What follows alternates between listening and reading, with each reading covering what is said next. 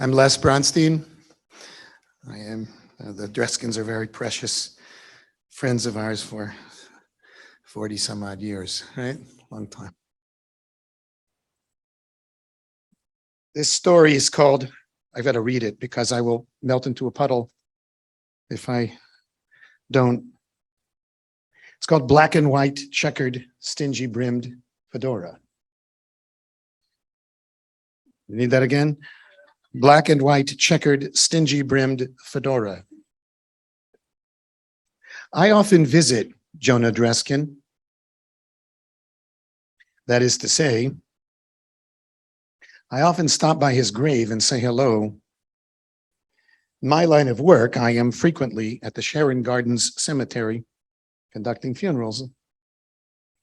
And when my mourners have cleared out and gone home, I amble over to Jonah's stone and place a pebble on the graphic of the ukulele. I remind him that we miss him more and more as time goes by.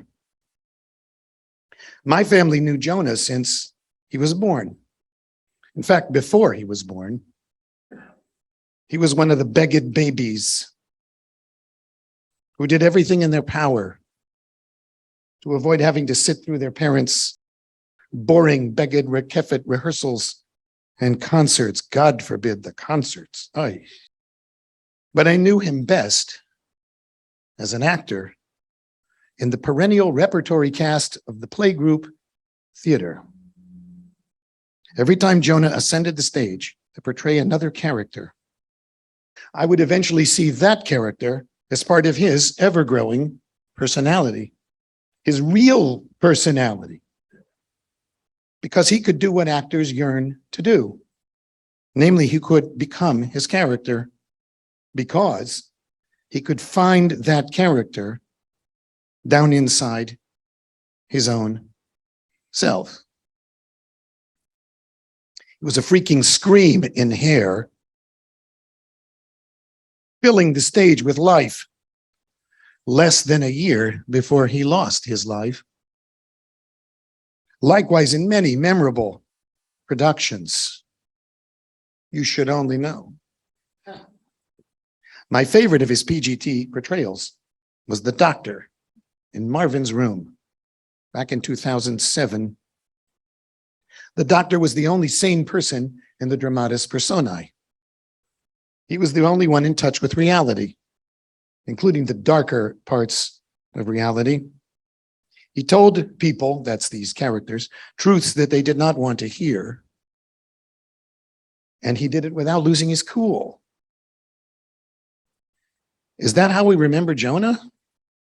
As the one who could establish order where there was none? As the one who could point out the truth when no one else would listen or could listen? As the yardstick of sanity?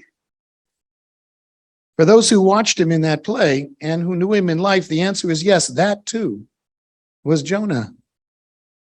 My last memory of Jonah was when he came home from college and saw his little brother and our son going nuts on stage as the two cops in Urinetown. It was right across the street because this theater did not yet exist.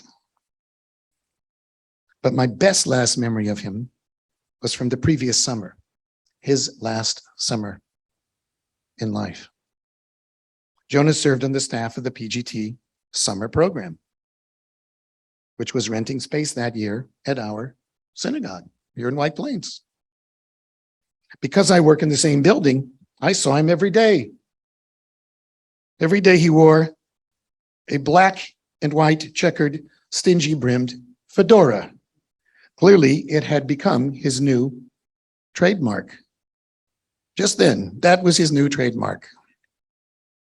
On the day of his directorial debut, his little charges were nervous in the extreme, but Jonah was focused. He was cool. He was that doctor. He radiated calm and confidence for those kids in his care.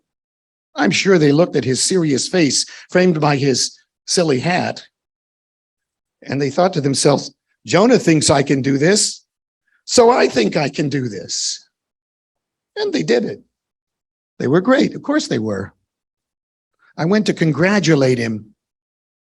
He was still in character as the cool director, the calming doctor, the voice of sanity. At the hour when Jonah passed from this life, was he more the wild man in hair or the touchstone of confidence in Marvin's room, or the poetic kid strumming the ukulele that now decorates his gravestone? He was all of the above, I think.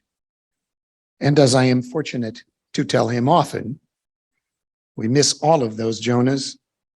We miss them and we need them all. Miss you, Jonah Maccabee.